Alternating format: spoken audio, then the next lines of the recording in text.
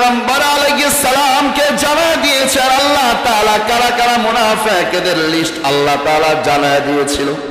কে জানায় দিয়েছে? পয়গম্বর আলাইহিস সালামের এক সাহাবী, নাম হলো হুযায়ফা ইবনে ইয়ামান। নাম কি? হুযায়ফা ইবনে ইয়ামান রাদিয়াল্লাহু তাআলা আনহু। হুযায়ফা ইবনে ইয়ামান রাদিয়াল্লাহু তাআলা আনহু পয়গম্বর একজন নিকটতম একজন সাহাবী ছিলেন, যার কাছে পয়গম্বর গোপনীয় সমস্ত বিষয় তার কাছে বলতেন। সুবহানাল্লাহ। যত গোপন গোপন বিষয় আছে ওগুলা পয়গম্বর আলাইহিস সালাম ওই হুযায়ফা ইবনে ইয়ামান রাদিয়াল্লাহু তাআলা আনহুর কাছে বলতেন। তো পয়গম্বর চলে যাওয়ার আগে হুযায়ফা ইবনে ইয়ামানের কাছে ওই যে মুনাফিক যারা যারা এই লিস্ট আল্লাহর নবী সাল্লাল্লাহু আলাইহি ওয়াসাল্লাম হুযায়ফা ইবনে ইয়ামানের কাছে দিয়ে গেছে যে হুযায়ফা এখানে এখানে যাদের নাম আছে এরাই হলো মুনাফিক, এরা নামে মুসলমান অথচ এরাই হলো ঈমানওয়ালা এবং কোরআনের ইসলামের বড় দুশমন। কিন্তু এটা কাউকে বলা যাবে? বলা যাবে না। পয়গম্বর আলাইহিস সালাম মৃত্যুর পূর্বে হুযায়ফা ইবনে ইয়ামানকে এই লিস্টটা দিয়ে গেছে মুনাফিকের। দেওয়ার পরে পয়গম্বর চলে গেছে। আবু বকরের জামান আসলো। পয়গম্বরের পরে খলিফাতুল মুসলিমিন হলো আবু বকর। আবু বকরের জামানার পরে এরপরে হলো হযরত ওমর রাদিয়াল্লাহু তাআলা আনহুর জামানা। পয়গম্বর চলে গেছে, আবু বকর চলে গেছে। যখন ওমর রাদিয়াল্লাহু তাআলা আনহুর জামানা আসলো, ওমর রাদিয়াল্লাহু তাআলা আনহু যখন রাষ্ট্র পরিচালনা করে খলিফাতুল মুসলিমিন হয়েছে, এই ওমর রাদিয়াল্লাহু তাআলা আনহু জানতেন হুযায়ফা ইবনে ইয়ামানের কাছে আল্লাহর নবী মুনাফিকদের লিস্ট দিয়ে গেছে, কিন্তু মুনাফিক কারা কারা তা জানে না, এটা বলতেও নিষেধ করেছেন। আর হুযায়ফা ইবনে ইয়ামান রাদিয়াল্লাহু তাআলা আনহুকে ওমর ইবনুল খাত্তাব রাদিয়াল্লাহু তাআলা আনহু একটা জায়গার গভর্নর করছেন, গভর্নর। আর রাষ্ট্রের পুরো দায়িত্ব ছিল ওমর রাদিয়াল্লাহু তাআলা আনহু। একদিন খলিফাতুল মুসলিমিন ওমর রাদিয়াল্লাহু তাআলা আনহু একদিন গভীর রাত্রে বেলা হুযায়ফা ইবনে ইয়ামান রাদিয়াল্লাহু তাআলা আনহুর বাড়িতে গেলেন। হুযায়ফা ইবনে ইয়ামান রাদিয়াল্লাহু তাআলা আনহুর ঘরে গেলেন। যাওয়ার পরে হুযায়ফা ইবনে ইয়ামানের কাছে গেলেন। যাওয়ার পরে হুযায়ফা ইবনে ইয়ামান রাদিয়াল্লাহু তাআলা আনহু আশ্চর্য হয়ে গেলেন। খলিফাতুল মুসলিমিন ওমর, আপনি রাষ্ট্রের প্রধান, আপনি হলেন বাদশাহ, আমি এই গভর্নরকে আপনি বললেই তো আমি আপনার কাছে যাইতাম, আপনি কেন আমার কাছে কষ্ট করে আসলেন? খলিফাতুল মুসলিমিন ওমর রাদিয়াল্লাহু তাআলা আনহু বলেন, ওমর রাদিয়াল্লাহু তাআলা আনহু বলেন, ও হুযায়ফা ইবনে ইয়ামান, তোমার কাছে আমার প্রয়োজনের একটা গুরুত্বপূর্ণ বিষয়ের জন্য আসছি। ওমর রাদিয়াল্লাহু তাআলা আনহু বলেন, হুযায়ফা, তোমার কাছে আমার একটা আবদার, তোমার কাছে একটা রিকোয়েস্ট। নবী যদি কোনো আদেশ কইরা থাকেন, নবীর যদি কোনো অনুমতি হয়ে থাকে তাহলে আমাকে বলবা, আর যদি নবী অনুমতি না দেয় তাহলে আমাকে বলার দরকার নাই, আমাকে ইশারায় বইল। তখন ওমর রাদিয়াল্লাহু তাআলা আনহুকে হুযায়ফা ইবনে ইয়ামান রাদিয়াল্লাহু তাআলা আনহু জিজ্ঞাসা করলেন, ও আমিরুল মুমিনিন, আপনি বলেন সেই ব্যাপারটা কি, আপনি কি জানতে চান? হুযায়ফা ইবনে ইয়ামান রাদিয়াল্লাহু তাআলা আনহুকে বললেন, ও হুযায়ফা, তোমাকে তো পয়গম্বর দুনিয়া থেকে চলে যাওয়ার আগে মুনাফিকদের লিস্ট দিয়ে গেছিল, মুনাফিকদের লিস্ট তোমার কাছে দিয়ে গিয়েছে। আমি ওমর জানতে চাই, ও হুযায়ফা, আমি ওমরের নাম কি ওই মুনাফিকদের লিস্টের ভিতরে আছে কিনা? সুবহানাল্লাহ। আমি জানতে চাই আমার লিস্ট, আমি ওমরের লিস্ট ওই মুনাফিকদের লিস্টের ভিতরে আছে কিনা। যদি পয়গম্বরের অনুমতি থাকে আমাকে জানায়া দাও, আর যদি পয়গম্বরের অনুমতি না থাকে তাহলে তুমি জানাও না, আমাকে ইশারায় দিয়ে দাও। তখন হুযায়ফা ইবনে ইয়ামান বাচ্চাদের মতো হাউমাউ করে কাঁদেন আর বলেন, ওমর, ও আমিরুল মুমিনিন ওমর, আপনি কেমনে বুঝলেন, কেমনে আপনি ভাবলেন আপনার নামটা ওই মুনাফিকদের খাতায় থাকবে। আরে ওমর, আপনি না জানেন, আরে ওমর আপনি না সেই মানুষ যাদের ব্যাপারে যে 10 জন সাহাবীর ব্যাপারে জান্নাতের সুসংবাদ হয়েছে, আপনি ওমর তো তাদের ভিতর একজন। সুবহানাল্লাহ। আপনি ওমর তো ওই সাহাবীদের জান্নাতের সুসংবাদ পানেওয়ালা সাহাবীদের ভিতর আপনি ওমর একজন। আপনি কেমনে মনে করলেন আপনার নাম এই মুনাফিকদের খাতার ভিতর থাকবে? ওমর, আপনার ব্যাপারে না পয়গম্বর বইলা গেছে, পয়গম্বর এই কথা না আপনার ব্যাপারে বইলা গেছে। আমার পরে কোন নবী দুনিয়ার ভিতর আসবে না। লাউ কানা নাবিয়্যাম মিন বাদি লাকানা ওমর। নবী বইলা গেছে, আমি নবীর পরে যদি কোন নবী হওয়ার যোগ্যতা কারো থাকে, আমি নবীর পরে নবী যদি হইতো, আমার পরে তো নবী আর কেউ হইব না। যদি হইতো তাহলে আপনি ওমর ওই নবী হইতেন। ওমর, আপনি কেমনে মনে করলেন আপনি মুনাফিক হয়ে গেছেন? আপনি কেমনে মনে করলেন এই মুনাফিকদের লিস্টের ভিতর আপনার নাম আছে? ইশারায় বইলা দিলেন।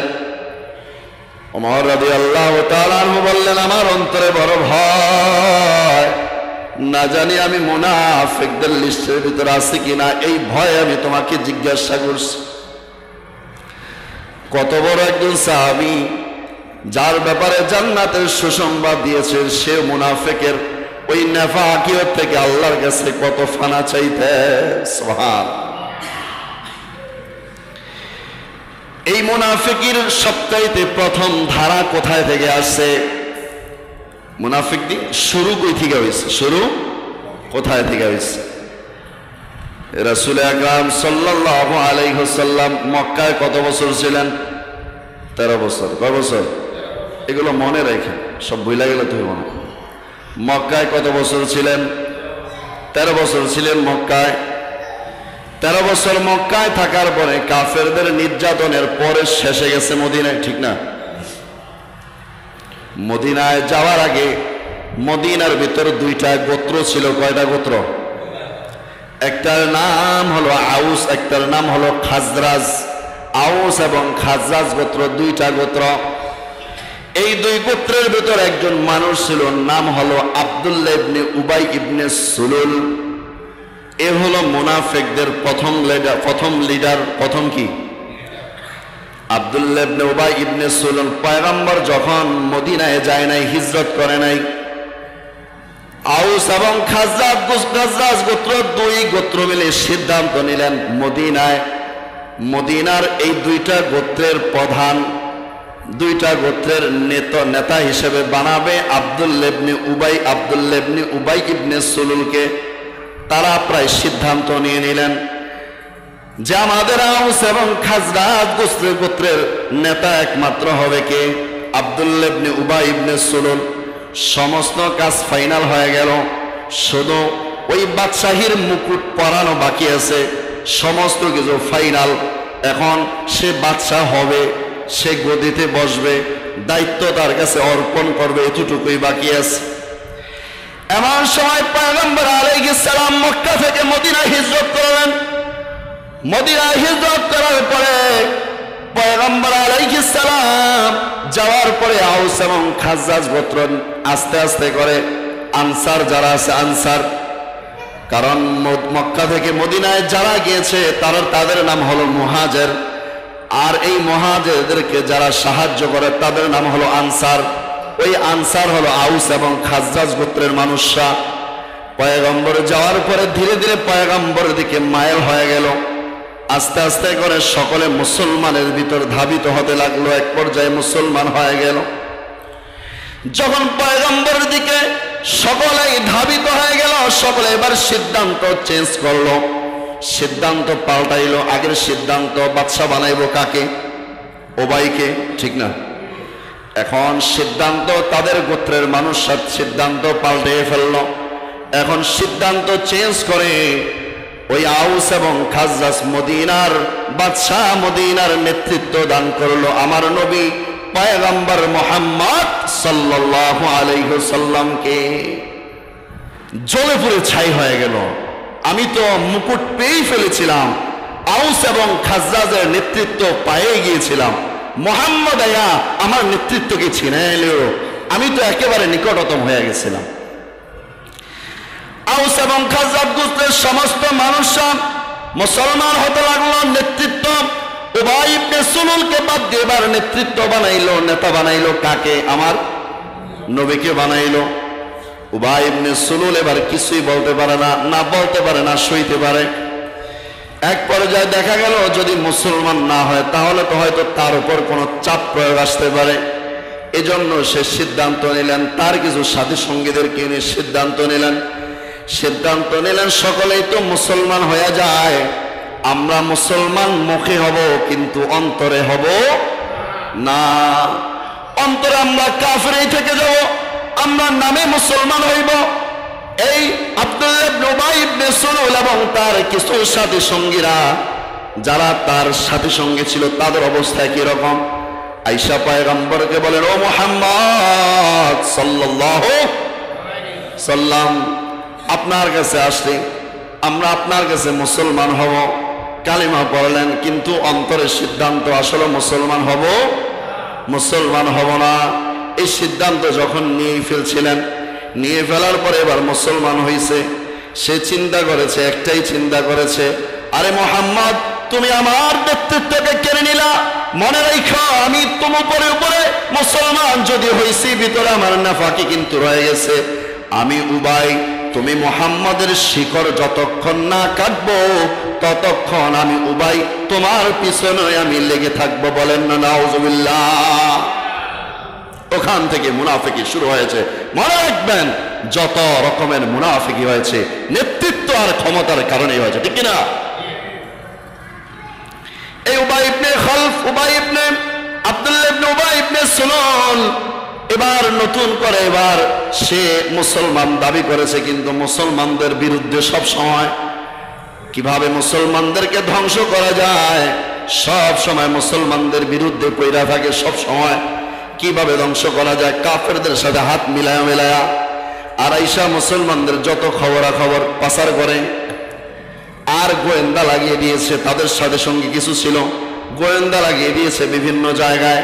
মুসলমানরা কোথায় কোথায় যায়, তাদের প্ল্যানিং কি সমস্ত কিছু আমাকে বলবা, আর আমি তাদের কাছে পাচার করব। বুঝে আসছে কথা? ওখান থেকে এই মুনাফিকি শুরু হয়ে গেল। এই মুনাফিকি শুরু হওয়ার পরে একে একে মুসলমানদের শত্রু বেড়ে গেল, কাফেরদের থেকে মুনাফিকদের শত্রু বেড়ে গেল। কারণ কাফেররা তো প্রকাশ্যে শত্রু, আর মুনাফিক তো ঘরের ভিতর, ঠিক না? এদেরকে কিভাবে চিনবে?